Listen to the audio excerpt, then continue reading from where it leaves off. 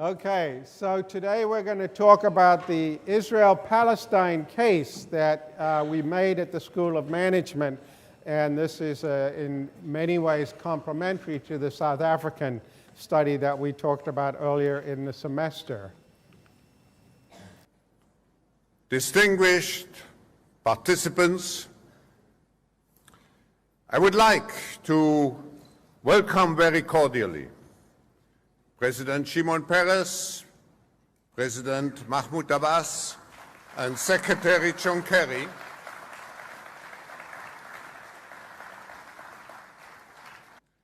We want to share first with you, with all of you in this hall and beyond, a call for action to break the impasse. This call for action from over 300 key business and societal leaders from both Israel and Palestine, representing large parts of the economy,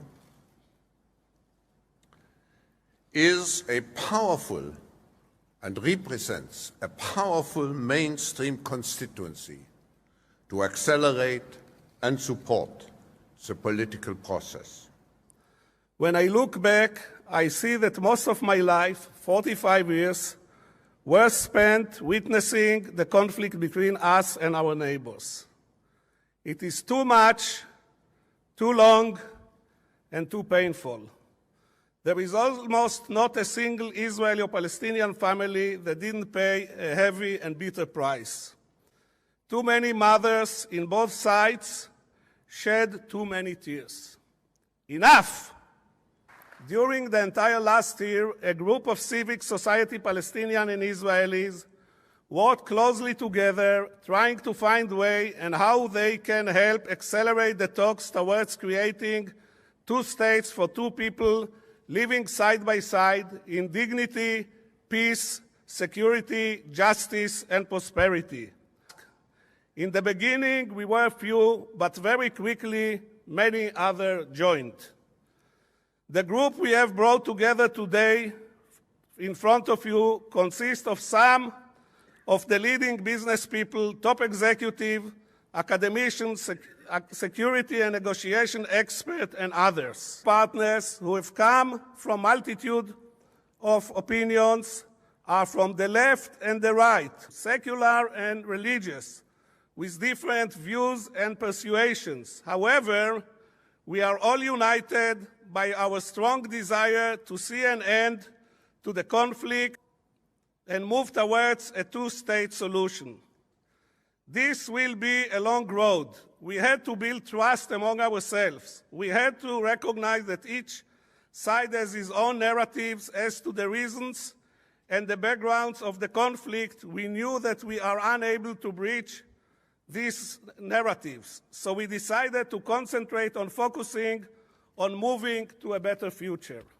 We believe that this can be done. We are not here to submit a peace plan.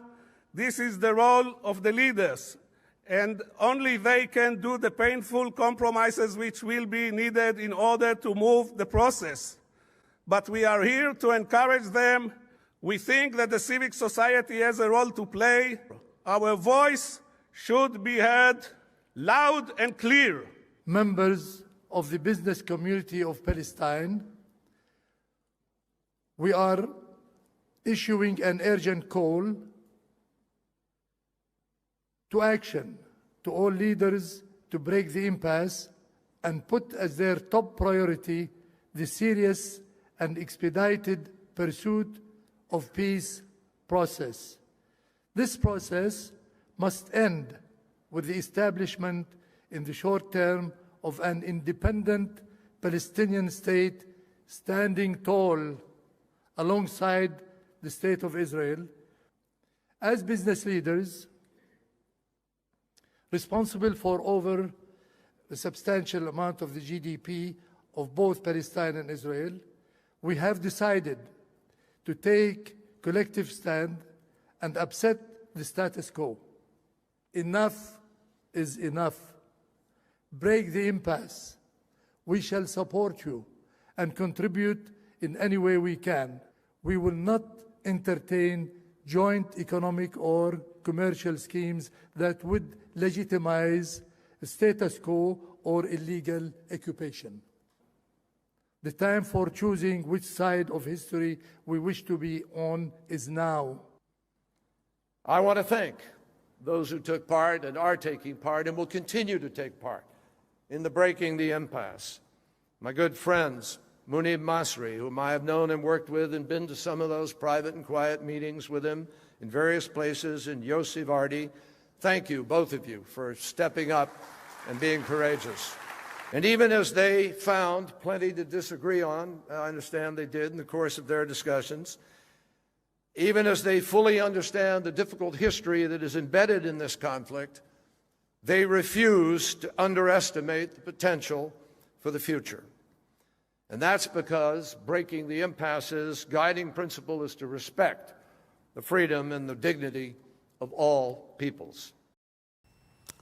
So that was the official public launching of Breaking the Impasse.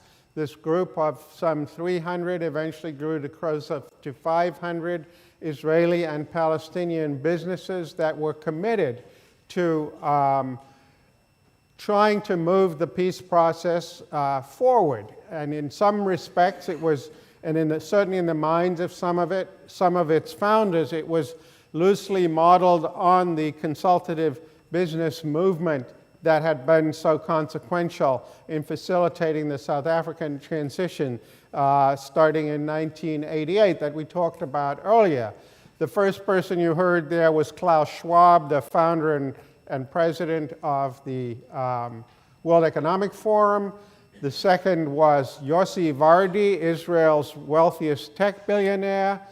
The third was Munab al-Masri, the wealthiest Palestinian business leader, also a billionaire. And then finally, of course, John Kerry. Breaking the Impasse was wheeled out with great fanfare, and it was also a spectacular failure for reasons that will concern us. So let me just spell out what today's agenda is going to be. First, I want to introduce Nick Strong over here. Nick is a graduate of Yale College in the major in ethics, politics, and economics, graduate of Yale College Class of 2018. And he and I teamed up on this case. He took a course from me as a freshman, and we got to know one another early. And he, the truth be told, is the real creative energy behind the case that we wrote with the SOM case writers that we've made available for you today. And it explores a number of projects that have been pursued by business in the wake of the failure of BTI. And we're going to focus on 3 of them. I would urge you to look at the ones we're not going to focus on just for want of time. One is the Palestinian internship program created by Yadim Kaufman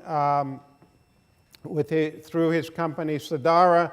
And the other is a man, Shlomi Vogel, who was the energy behind the Jordan Gateway project, as an SEZ of the sort Christina was talking about, but that goes across the Jordan River, and is one of the few Israeli businessmen doing business, collaborative business with Palestinians in Gaza today.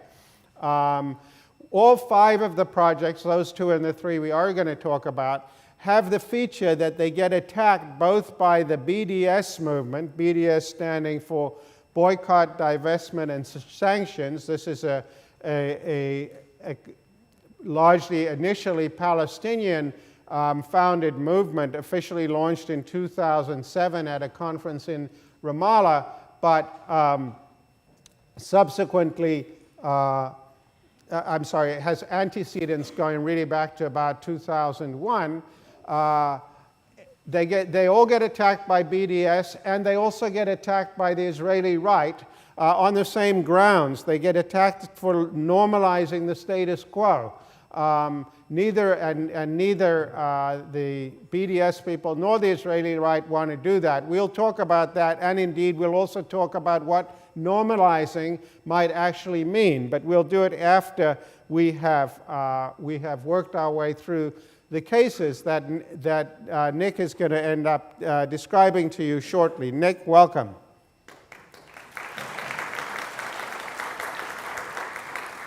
So the rest of the agenda, we're going to be talking about BTI and its failure, then the subsequent business efforts, and that's when Nick will take over, and then what are the lessons learned, and what should we think both about the possibilities and limits for business involved in high conflict political possible transitions, and other more general lessons that might be drawn.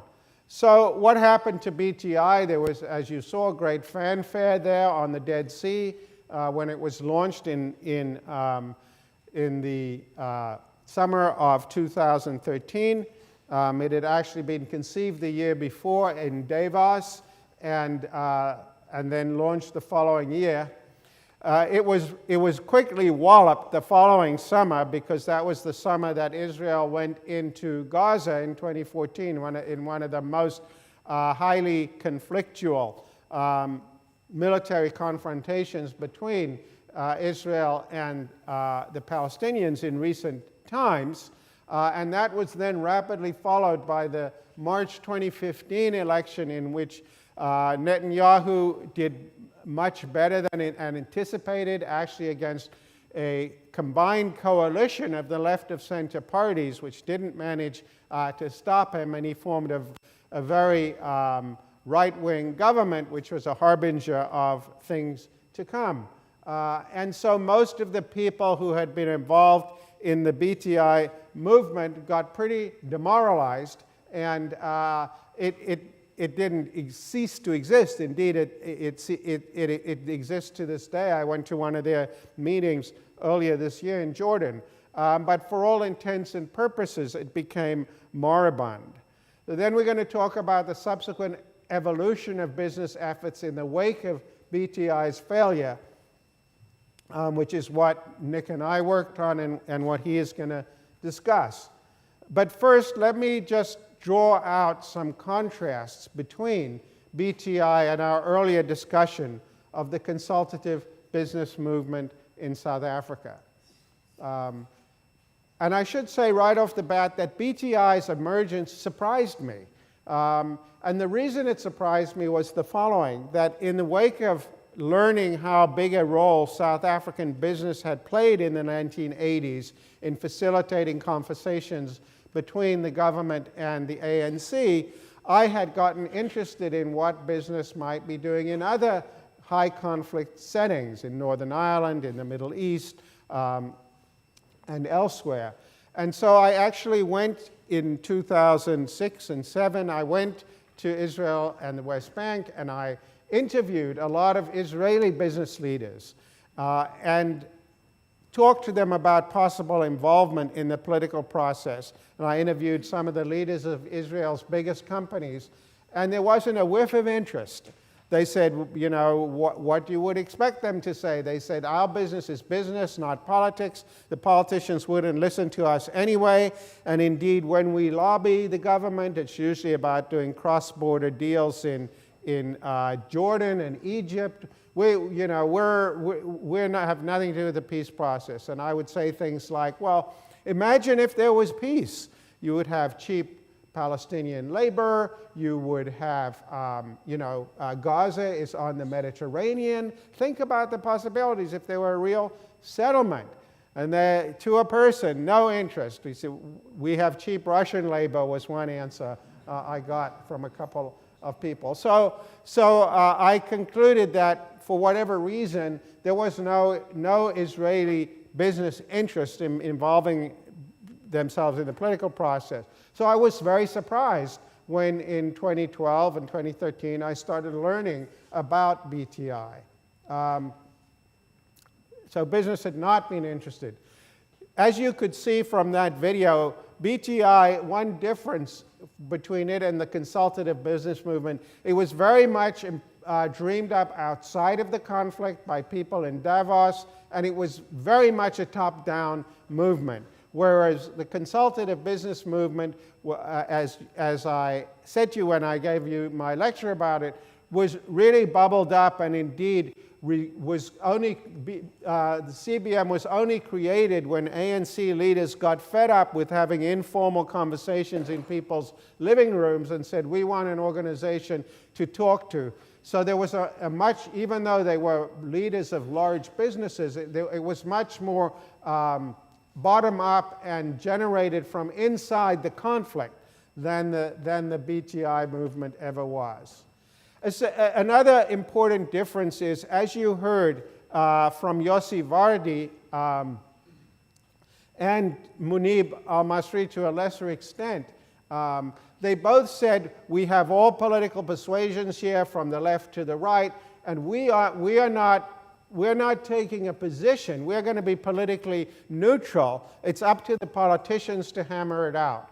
Well, so one thing to say is that the position of BTI was never neutral because they were committed to a two-state solution. And there are people on the left and on the right who have one-state solutions in mind, very different one-state solutions in mind, but nonetheless one-state solutions in mind. So while talking about a two-state solution as the politically neutral answer, in fact, they were not politically neutral and were committed to a two-state solution. And one thing to say is if you spend, and Nick will have more to say about this, but if you spend any time in the West Bank, it doesn't take you long to realize that the probability that Israel is going to leave the West Bank is somewhere in the range of the probability that the federal government is going to agree to give North Dakota back to the Sioux Indians. It is so far beyond the realm of what is feasible or likely in the next several decades that for everybody to keep repeating this mantra that we're all committed to this two-state solution tells you that a lot of people are pretty disconnected from reality. Another difference with the consultative business movement was the resolute refusal of anyone involved in BTI to talk to Hamas. This would have been the equivalent of the consultative business movement saying, we're not talking to the ANC, we're only going to talk to Inkatha. And indeed, in December of 2013, I went to a meeting of the CBM, of the BTI in Washington, D.C., and I interviewed both Vardi and Munib al-Masri. And we then had this big forum. There were 200 people there, and they made their speeches, similar to the speeches you saw there. And then there were questions. And I asked a question. I said, you know, it was sort of about the elephant in the room.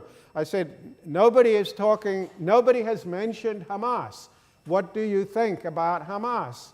And they politely, but definitely and unambiguously, completely ignored my question. They didn't answer it at all. They didn't even go through the motions of answering it. It was as though I hadn't spoken. And so again, you know, one of the key potential veto players on any possible settlement was not at the table, even implicitly. Then they also lacked a K group. They indeed trumpeted the fact that there were 300 and eventually closer to 500 businesses involved. But even in the smaller meetings of BTI, where there were 15 to 20 businesses represented, people you interviewed there would tell you that there was never any agreement on what it was that they should actually be trying to do. And there was not any equivalent of Mike Spicer's declaration to me that in South Africa in the 1980s you could get 9 people around a table and it was the whole economy. So there was no K group and therefore no capacity to turn this movement into something that could pursue a goal in a disciplined way. Again, the refusal to get involved in the negotiations themselves, a big difference from the consultative business movement, where the leaders of the movement rolled up their sleeves, started themselves talking to members of the liberation movement, committed themselves to majority-rule democracy long before any politician was doing that, and so showed themselves, as the way I put it in the lecture, showed themselves as willing to internalize some of the costs of achieving a transition. And none of these business leaders was really doing that. They were simply running ads and making speeches telling the politicians to make settlements. Almost no effort to build grassroots support was a corollary of that. And one symptom of it is if you look at the BTI website, it's in 2 languages. What are they? They're in Hebrew and in English. There's no Arabic on the website. Again, just, not so subtle signal that there was not much tactical, never mind strategic thinking about building grassroots support for the new order. And indeed, as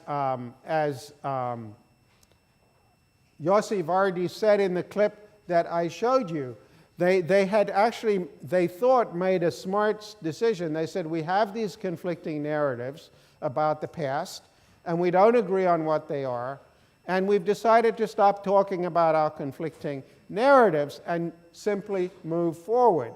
But of course, if you want to move forward without confronting the conflicting narratives at all, that puts a different question on the table, namely how to build support for the new order that you're trying to construct among populations that are deeply wedded to these conflicting narratives. So the short answer to this is that the failure of BTI was heavily over-determined. I think it was not well conceived and not well executed. But in the wake of the failure, first I and then Nick and I got interested in what some of the principles behind this were doing instead. And that's what he spent much of his undergraduate career doing, and then, as I said, he was the main energy behind the case that we wrote. So over to Nick.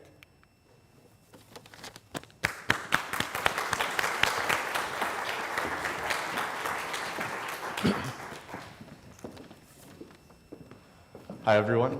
Thanks so much for having me on this rainy Thursday, and also for making your way over to SSS, which I remember fondly as an undergrad. So I think the place to begin is a little post-mortem on BTI. So we began by hearing the actual start of the movement of the organization at the WEF in 2013. And now we can look at some footage that we shot during the summer of 2018 of those same principles of Vardi, of Al-Masri, discussing what happened and what went wrong in BTI. And I want you all to focus in this too, what different narratives come out of this.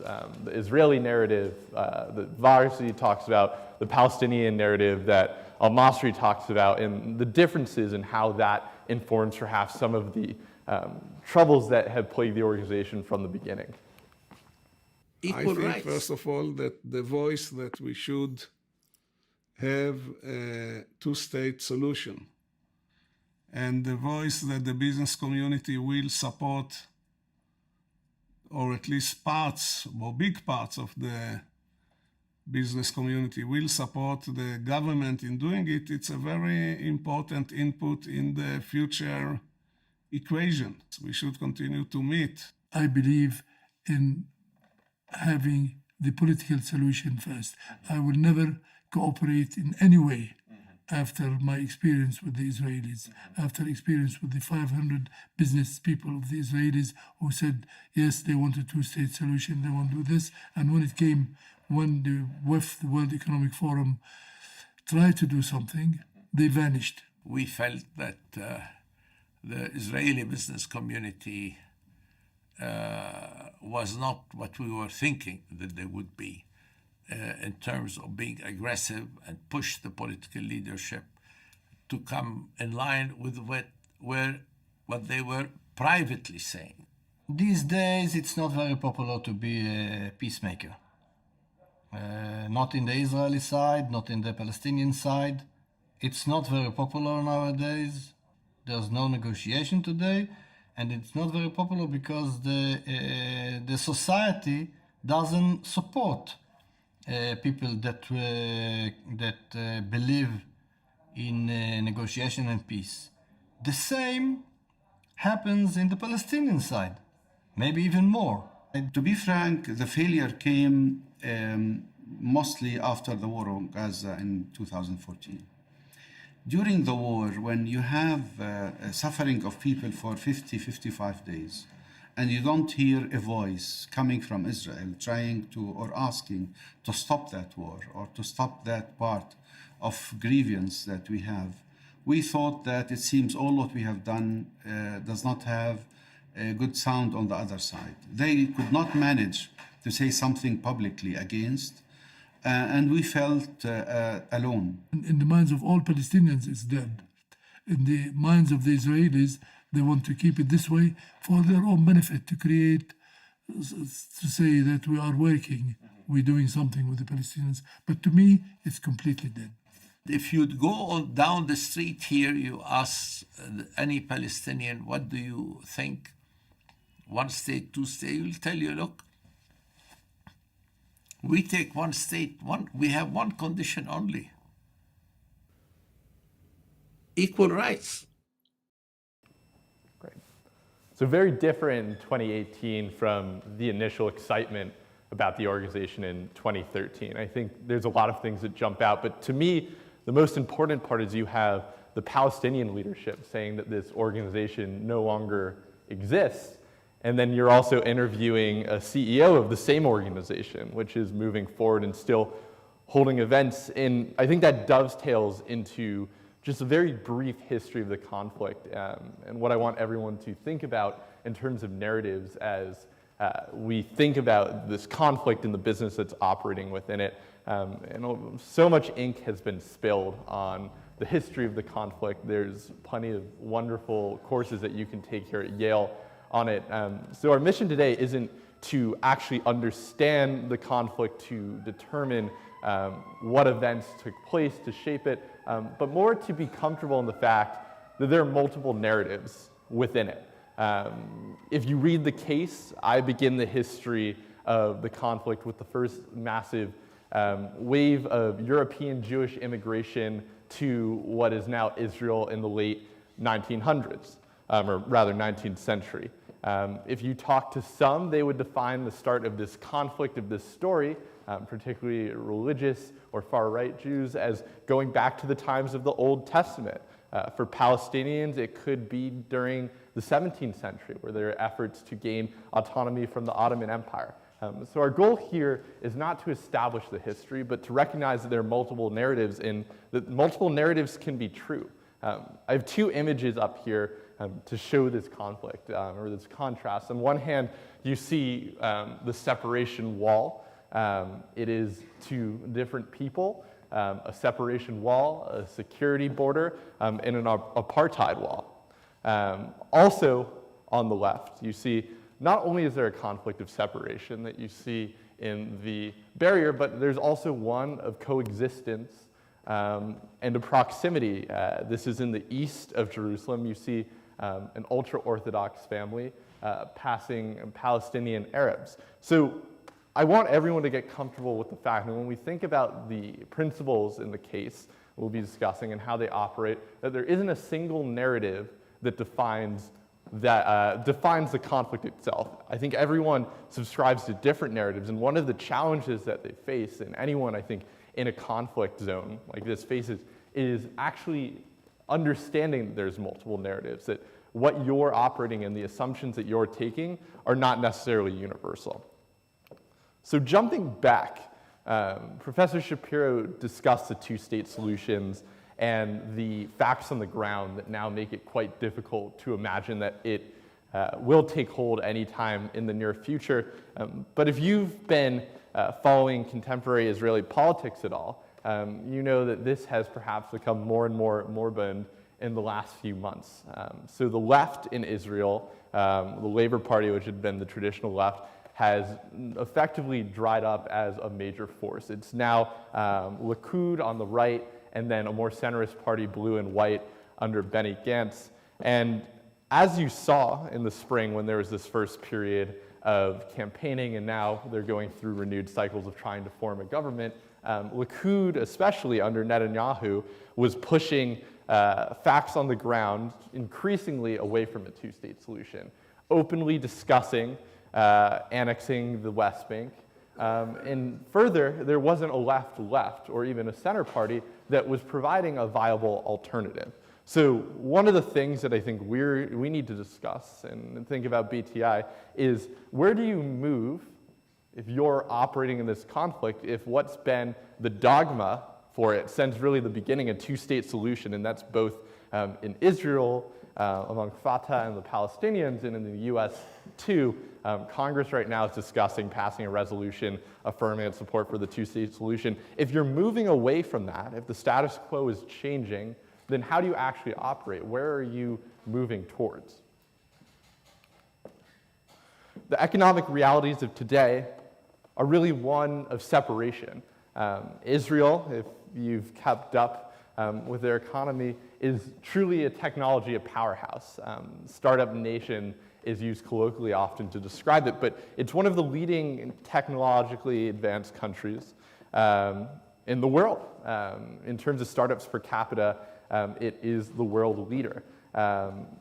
The Palestinian territories, so speaking about the West Bank and Gaza, are diverging, but also far behind, though after the Oslo Accords, there's a bit of an uptick in the economic fortunes of the West Bank. Increasingly, this has become more and more difficult as intifadas have created conditions, and you're seeing above a shot on a street in Hebron, a wall separating a Jewish portion from a Palestinian portion, destruction of capital, the difficulty of moving goods, and this is particularly true in Gaza. The economic situation in the West Bank, though nowhere approximating that of Israel, is still far more advanced than Gaza, which has been under blockade for some years now.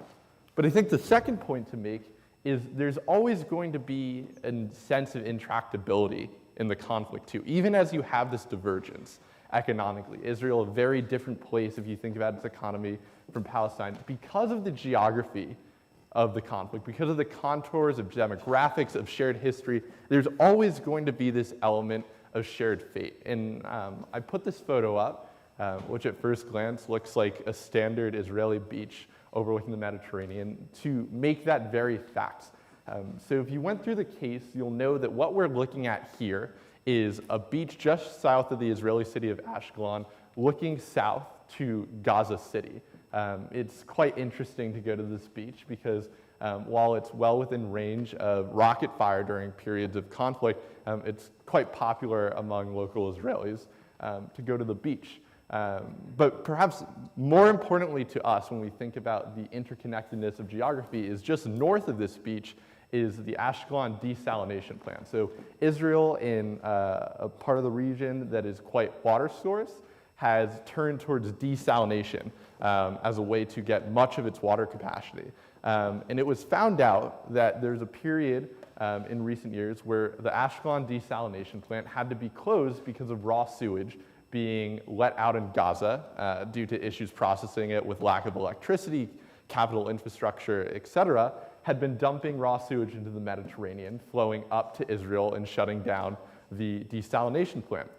And all this is to say that even as you have this divergence, even as you try to establish a status quo of separation, even as you try to kick the can down the road and pass the buck on what a solution is, there's always going to be this intractability. And I think that's something we're going to continue seeing as we discuss the different case examples. Now, let's talk very briefly about geography. Who here has been to Israel or the West Bank? Any impressions on its size, on traveling through it? You can just shout it out. Small. It's about the size of New Jersey. At its narrowest point, it's about 15K across. And you can see that part of that means that even if you don't have a two-state solution, if you have a separation of the Palestinians, of the Israelis, that there is shared fortune just by nature of the geography. And the geography is quite contested.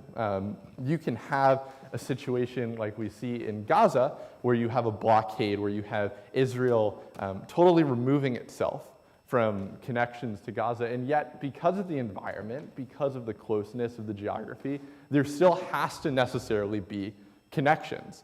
And again, geography is so important to understanding this conflict. Even if you think about the West Bank there, right now we're using a United Nations map, but the borders that are drawn here are very much ones that are under contest. Similarly, if we think about what to even call the West Bank, there's huge contest about what that would be.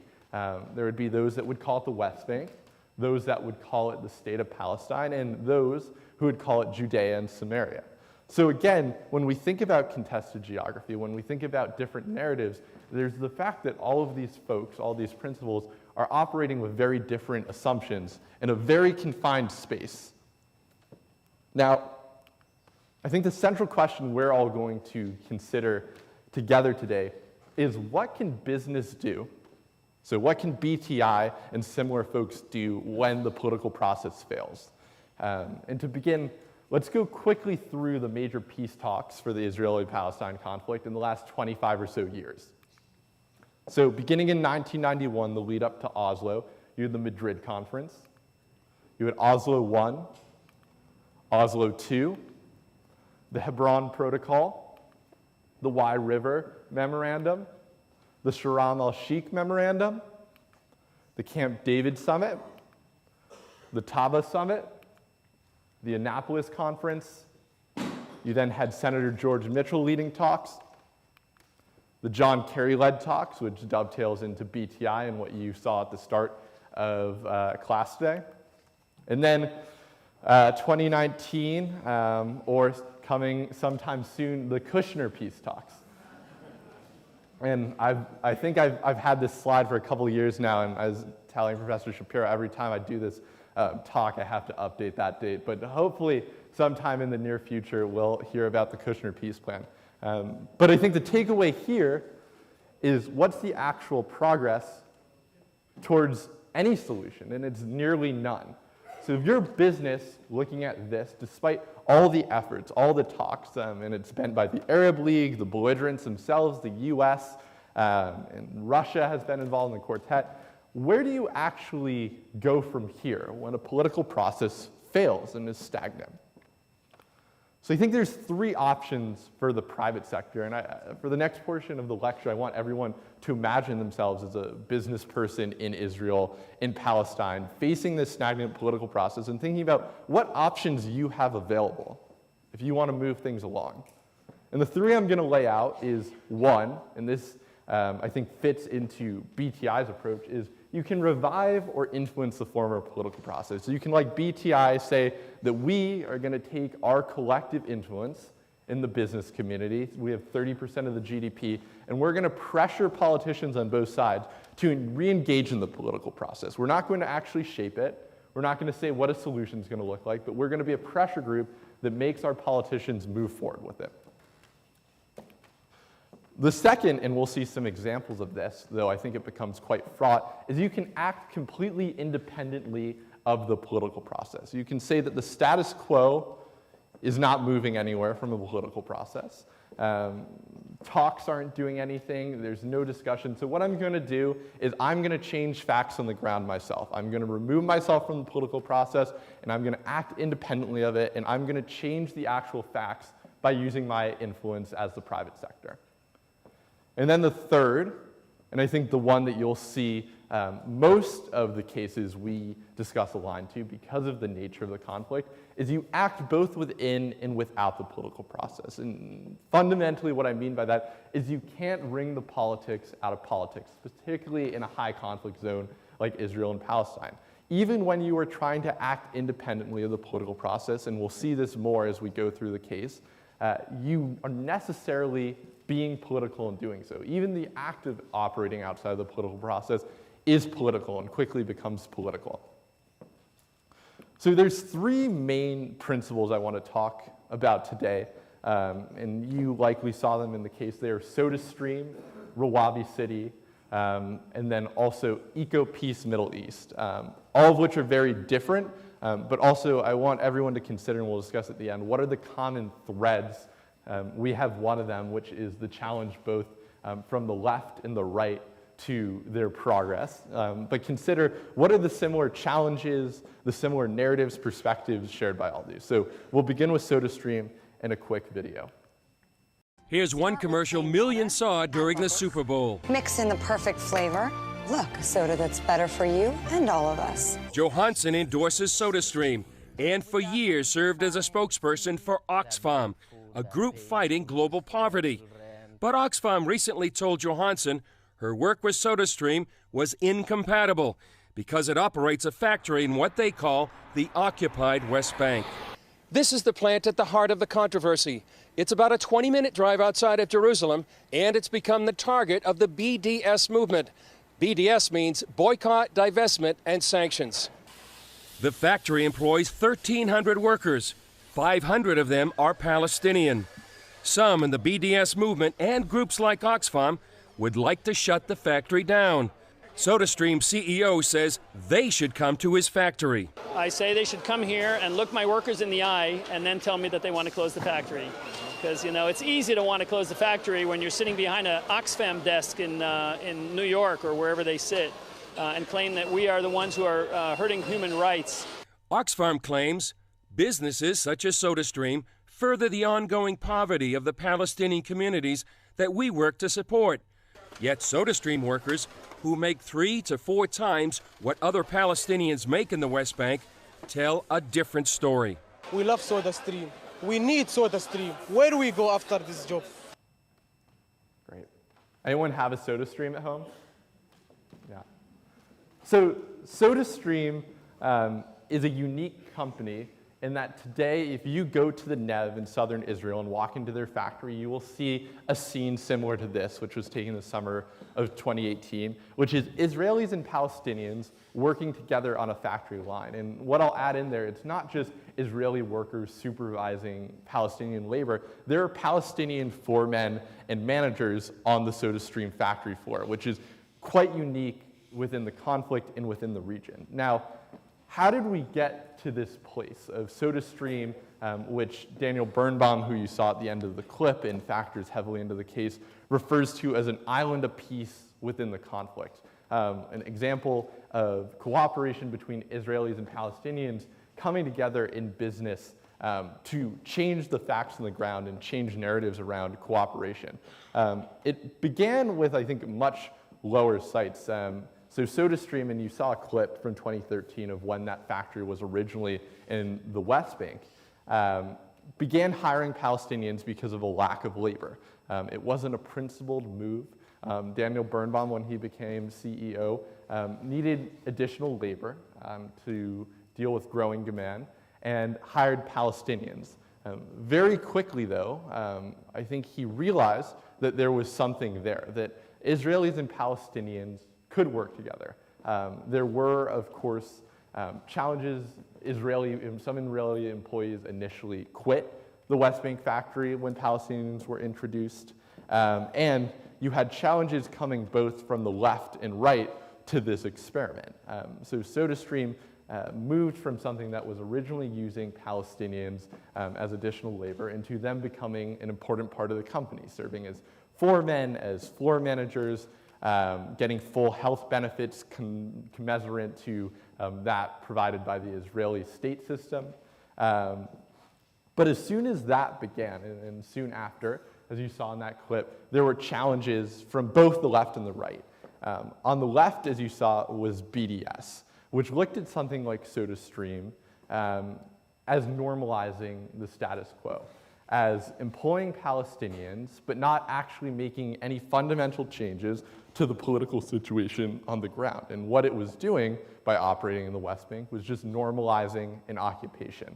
And this was something that was heavy enough in pressure that, depending on who you believe in the decision making, but something that I lean towards, was a significant factor in SodaStream leaving the West Bank altogether.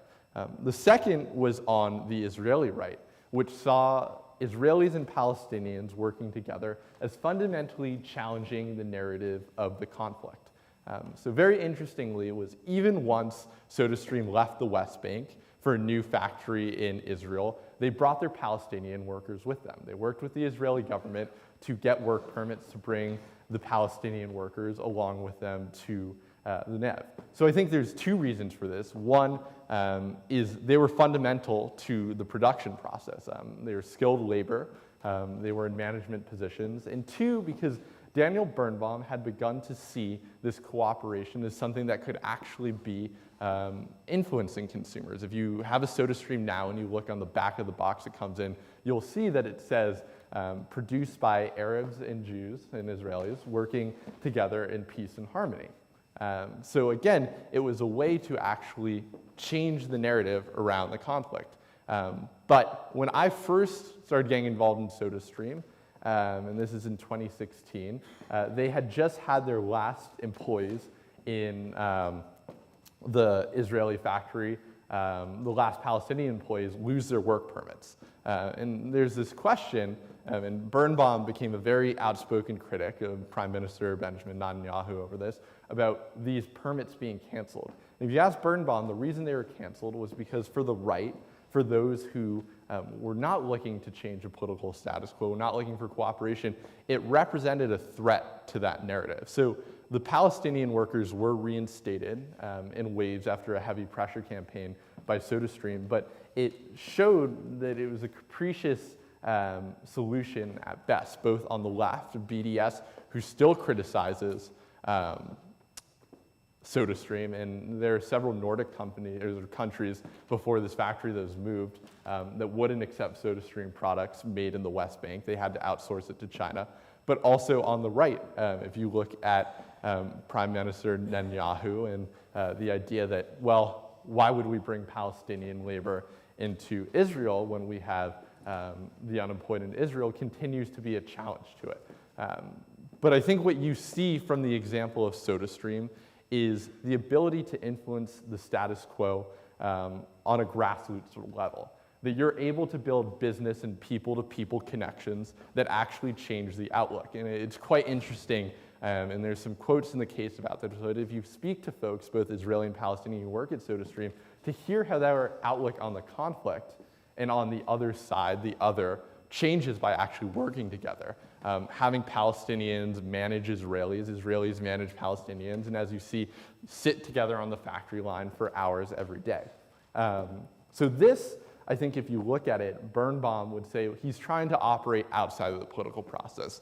This is about business, this is about what he thinks is right, but if we think about the realities, it is inherently political because you are challenging the facts on the ground. And I think both the reaction of the left with BDS and the right with work permits being canceled and this being challenged as bringing Palestinians into Israel show exactly that. SodaStream today continues to operate in this way, but has to inherently be political to renew work permits. It needs to lobby the Israeli government, and it further needs to lobby those aligned with BDS to show that what they're doing is not actually normalizing an occupation. And it shows even examples like this, which you would think is straightforward, you have Israelis and Palestinians working together, it can become very fraught and very political very quickly.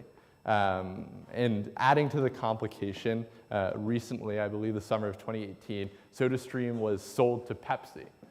So they're now a subsidiary of Pepsi, and it leads the question that at what point do the needs of a business trump whatever social good it's trying to promote or social mission it has? So far, SodaStream's kept up with the model of having Israelis and Palestinians together, but the question remains of will Pepsi have the stomach to continue that in the long run?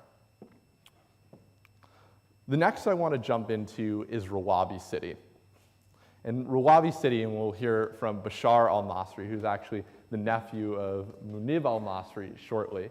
But Rawabi City is the first planned city in Palestine and the West Bank specifically. And the most, I think, the most significant construction project in terms of scale that's really ever been undertaken in the West Bank. I feel I'm more of a politician sometimes than a business person. Politics is all over us. You cannot take the politics out of the Palestinian lives, not just business people. With Rawabi, it was difficult for the Israeli,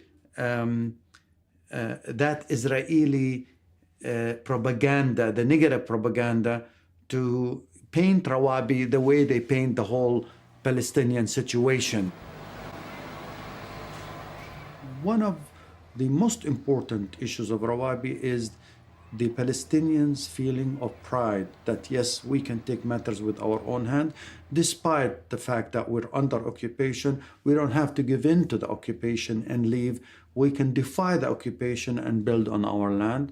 Of course, it's also a great message to the international community that we are sophisticated people. We're not just as we are perceived the terrorists and the victims. We are victims, that's for sure. But we're not simply terrorists. We're just people who are fighting for our rights. And now we are working hard to build our nation. 140,000 Palestinian workers every day cross into Israel to work in Israel. Are they normalizers? Of course they are. Do they have a choice? They have a choice of being unemployed, definitely. And what I'm doing with normalizing is I'm creating incredible jobs for these people so they're not humiliated. They're getting salaries, higher salaries, they're getting their rights. An IT professional does not need to work as a gardener or as a laborer in Israel when they can work here as a programmer, which is what they studied to be. The ultimate evil is the settlers, of course.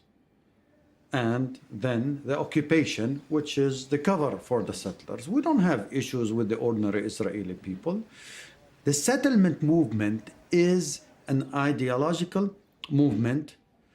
In the core of it, we should not exist here and they should be on this land. Ironically, we found that it was Israelis and pro-Israelis that lobbied our case. The water crisis was resolved by pro-Israeli groups and Israeli groups, and some even Israeli officials, including the late president of Israel, who was calling his prime minister and his defense minister and saying, why aren't you giving water to this city? So perhaps you could see this as an alternative way of struggle and to reaching your rights.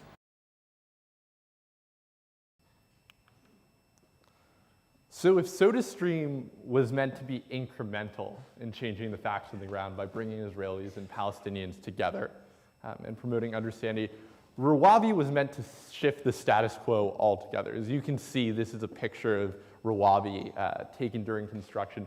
It's a massive endeavor. It's meant to be a planned community for 40,000 residents, schools, hospitals, and also employment opportunities all within. And if we think about the three options that we discussed at the beginning available to the private sector, Bashar Masri basically looked at them and said, well, what I'm going to do is totally remove myself from a flawed political process. I'm going to build on land that is in Area A. So if we think about Israeli territory in the West Bank, there's Area C, which is administered by Israel. There's Area B, which has security oversight by Israel, and then Area A, which is completely under Palestinian authority. And he said, to remove myself from the political process, I'm going to build only in Area A. And what I'm going to do is create a community that changes the status quo on a couple levels. One is I'm going to change the economics of the West Bank. Right now, we have 3,000 university graduates per year in the technology fields, and we're unable to sufficiently get jobs for all of them. So I'm going to promote a tech hub. What I'm also going to do is change the narrative around Palestinians. No longer are we going to have to go and cross into Israel for employment. We're going to have employment opportunities here in the West Bank. Now, getting back into the political side of the conflict, very quickly, something that was meant to be fully removed from the political process. Masri went as far as to build only on Area A to ensure this, became highly political. There was, of course, the detractors, and he spoke a little bit about this on the Israeli right, settlers who saw this as a challenge to Israeli sovereignty over the West Bank, and they provided more of a nuisance and an actual challenge when it came to it, but were certainly an opposing force. The second being BDS, which looked at this and said, well, what you're doing is, again, normalizing the occupation. Though you're improving the material conditions of those who live in Rawabi, you are normalizing the same conditions. You're making life under the same occupation more bearable. And then there was the third one, that in a contested geography like this, even when you build on Palestinian territory in Area A, you still are deeply connected to an Israeli political system. So you heard Masri talk about water. One of the major challenges that faced Rawabi was actually getting water access through Area C. And for a long time, construction of the project and having residents moved in was delayed because the Israeli government and Kagat, which administers the territories, did not approve water to be sent over. So it actually took pressure from both the Palestinian side and, as you heard, the Israeli left, including Shimon Peres, to get the water approved. But even now, with Rawabi welcoming its first residents, with water flowing to the city, with the tech hub up and running, it remains a highly political process to ensure its success. So one of the things that you'll notice on this photo of the city is how narrow the road is leading into Rawabi. For a city of 40,000 people, it has a 2-lane road, so you can car on either side coming in and out. And this can create massive traffic buildups when you have folks coming into Rawabi for a concert or an event. And again, it will depend on the Israeli administration to approve expanding this road and even having residents cross from a major Palestinian city like Ramallah through Area C back into Area A to go to Rawabi. So again, even when you change the conditions on the ground, when you try to insulate yourself from the political process within this conflict, it's quite hard to do so. At the same time, what Masri is hoping to do is change the status quo. If you're able to create this and have it be successful, then you influence the political process in turn. You see what, Rawabi could be multiplied 10 over, 20 over, which is a Palestinian state. You start on a small basis, as an example, and then you move forward with the opportunity to show what Rawabi could be, and ultimately what a Palestinian state could be. Now, we're slightly tight on time, so I'm going to go through the video we had for Echo Peace, but this gets back to that original photo that I showed when we started thinking about the geography of Israel and of Palestine. This is a photo in Gaza City of the Mediterranean. So again, after conflict, limited electricity, the ability of Gaza to process garbage, sewage, etc., is quite limited. And what this does is not only impacts their coastline, but goes up the coastline towards Israel. And moreover, if you're thinking about groundwater, which is another key water source within the region, it can seep across the border from Gaza into aquifers in Israel. And what this points out, and what Echo Peace, which formed in the wake of the Oslo Accords to actually bring Palestinians, Jordanians, and Israelis together, the first NGO and really the only lasting one to bring those three groups together, is to recognize that even if the conflict creates disengagement, even if Gaza is separated from Israel, the demarcations of a state don't define the actual geography of it, the environment. And what they've basically come and looked at and seen that even if you have a political process that is flawed, that isn't moving forward, you can't disentangle the environmental implications of this. So one of their main focus projects has been looking at the connection of water between Israel and Palestine, finding ways for Israelis and Palestinians to improve and work together to improve the environment, particularly water. So Gaza is a great example of this because Israel, despite being fully disengaged from it, has had to recognize the environmental implications of what's occurring in Gaza, of the destruction of capital infrastructure, of the lack of electricity, etc.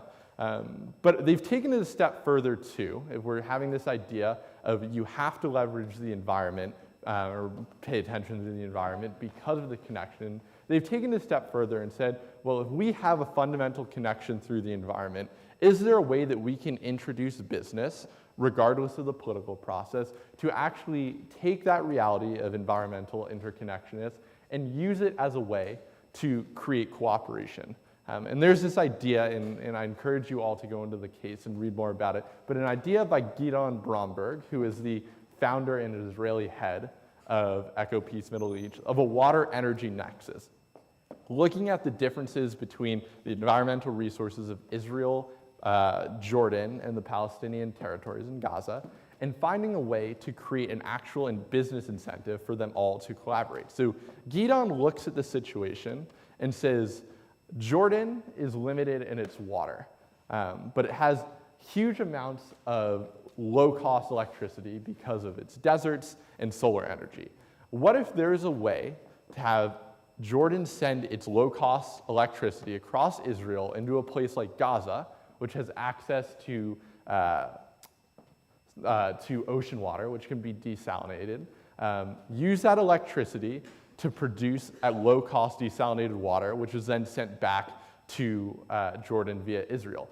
Is there a way to align business incentives within an environmental context? You have a problem of water scarcity and electricity being scarce. Is there a way to combine these incentives to find a solution that brings all the principles together from an environmental perspective? So that's something that when we first talked to him in the summer of 2018 was in its infant stages, but he continues to push on as a way to take the realities of the environment, of scarce resources, and create cooperation from that.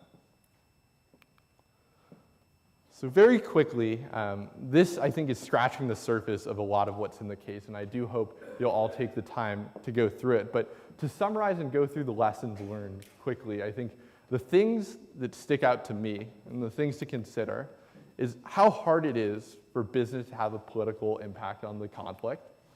Because one, the arguments about normalizing the status quo actually ignore the way that it changes over time. Oftentimes on both criticisms from the left and the right, you'll hear about normalizing a status quo, but how do we actually define that if it's changing? And a few examples is the economic divergence between the West Bank and Gaza, and then also from Israel and the West Bank and Gaza. A water crisis and general humanitarian crisis in Gaza growing worse and worse in its environmental implications.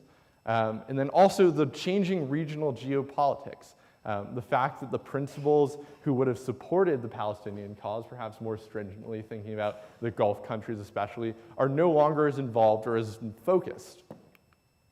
The second is there's neither sticks or carrots present. If you're thinking about Israel and you're thinking about being in Tel Aviv, it feels quite removed from the conflict nowadays. If Israel's economy is thriving and most business leaders are not seeing necessarily the impetus for a change, particularly on the Israeli side, then what is the real incentive there? It has been dangled, since the Oslo Accords of accessing Gulf markets, but if you're having other factors in the region, such as alliances against Iran, bringing countries like Israel and Saudi Arabia closer and closer together, then is there a need to actually resolve the conflict? And additionally, as Professor Shapiro talked about in the context of BTI, there isn't a K group. When you have such a diverse economy, even an organization like BTI only represents a fraction of the interests involved. The last one is the fact that political neutrality in a conflict like this is not an option. And again, getting back to the point about why, even when you're within the political process and without the political process, you can't wring the politics out of politics. Even something like Rawabi, which is meant to be outside of a status quo, outside of a political process, is inherently political.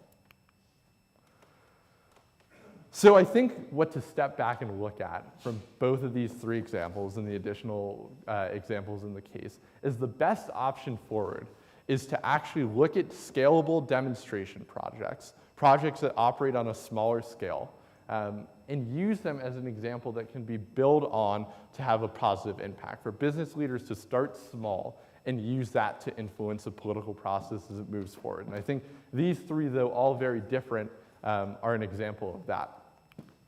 So what I'll do now is hand it back over to Professor Shapiro to talk about some of the more conceptual components that we've learned about. Thank you very much, Nick. Thank you.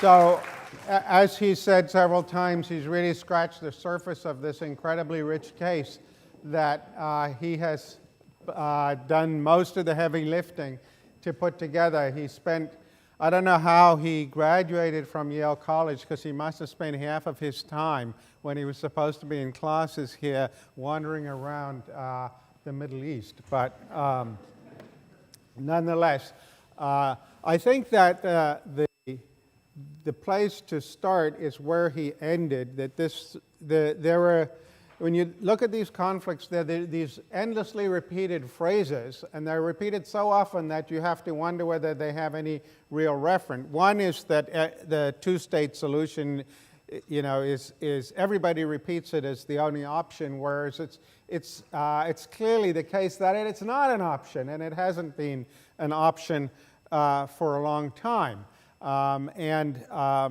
So that's something to think about. But the other is this idea of normalizing the status quo.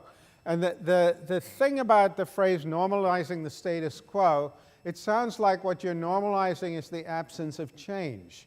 But in fact, there was a very famous paper published in 1975 by a Yale faculty member, now retired, called The Limits of Consensual Decision, in which he talked about the concept of utility drift. And he had in mind the fact that making things hard to change also makes it hard to change things if the facts on the ground change.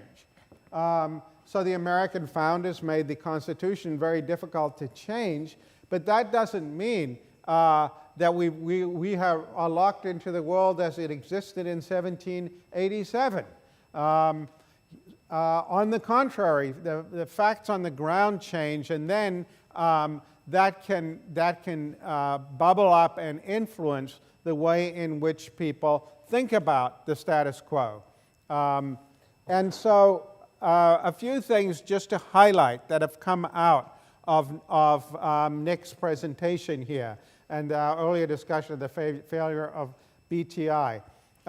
One is, I think, you cannot overstate, and this is not just Israel-Palestine, but the issue of water in the upcoming years and decades across the Middle East and North Africa that are either going to create catastrophic crises or force greater integration. The fact is that what EcoPeace is doing, and by the way, EcoPeace has been around for 30 years. It has directors from Jordan, Palestine, and Israel. It's a genuinely tripartite organization.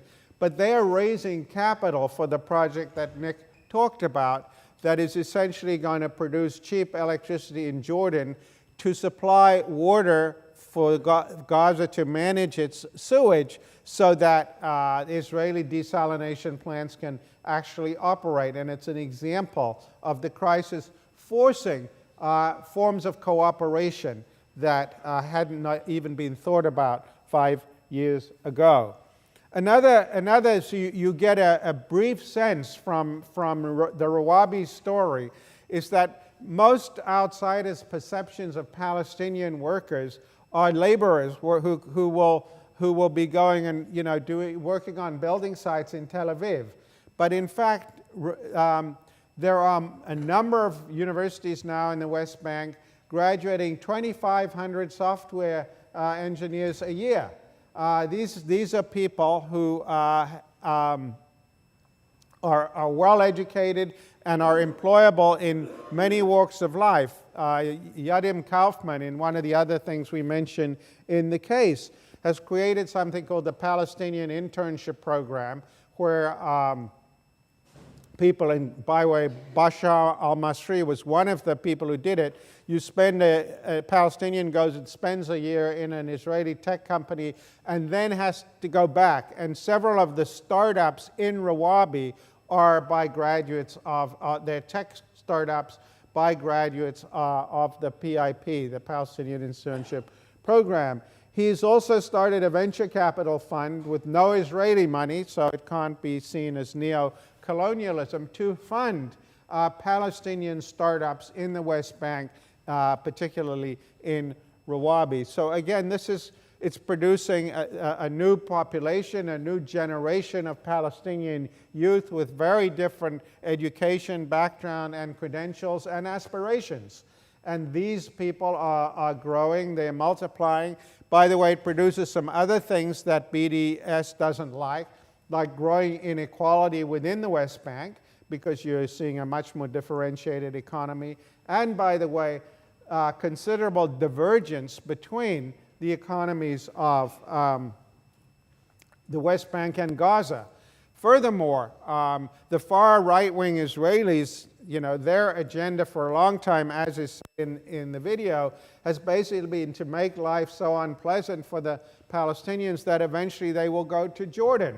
But the truth is that because of the economic dynamism in parts of the West Bank and the sorts of things like Rawabi you're seeing, is that the per capita income in the West Bank not only is diverging from Gaza, but is actually soon going to equal and exceed the per capita income in Jordan. So you may well start to see, the settlers' worst nightmare. You may well actually start to see Palestinians from Jordan coming into the West Bank.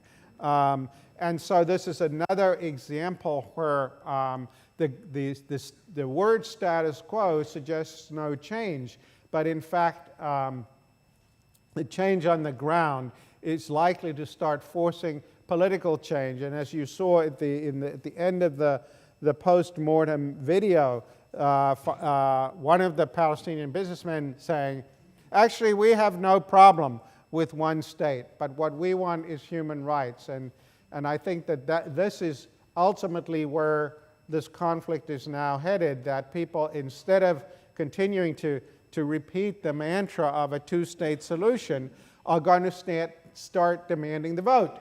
And of course, that is going to put very different kinds of pressures on Israeli politics. But I think it is clearly a case where, unlike South Africa, where the business community could take a role in finding a settlement that was potentially there, but needed assistance along the way, this conflict isn't at that point, but it certainly is heading to the point at which the sorts of things that these businesses have been doing will start to make new possibilities come onto the horizon, and perhaps, which really has to always happen for these kinds of conflicts to be solved, is for the unthinkable to become thinkable.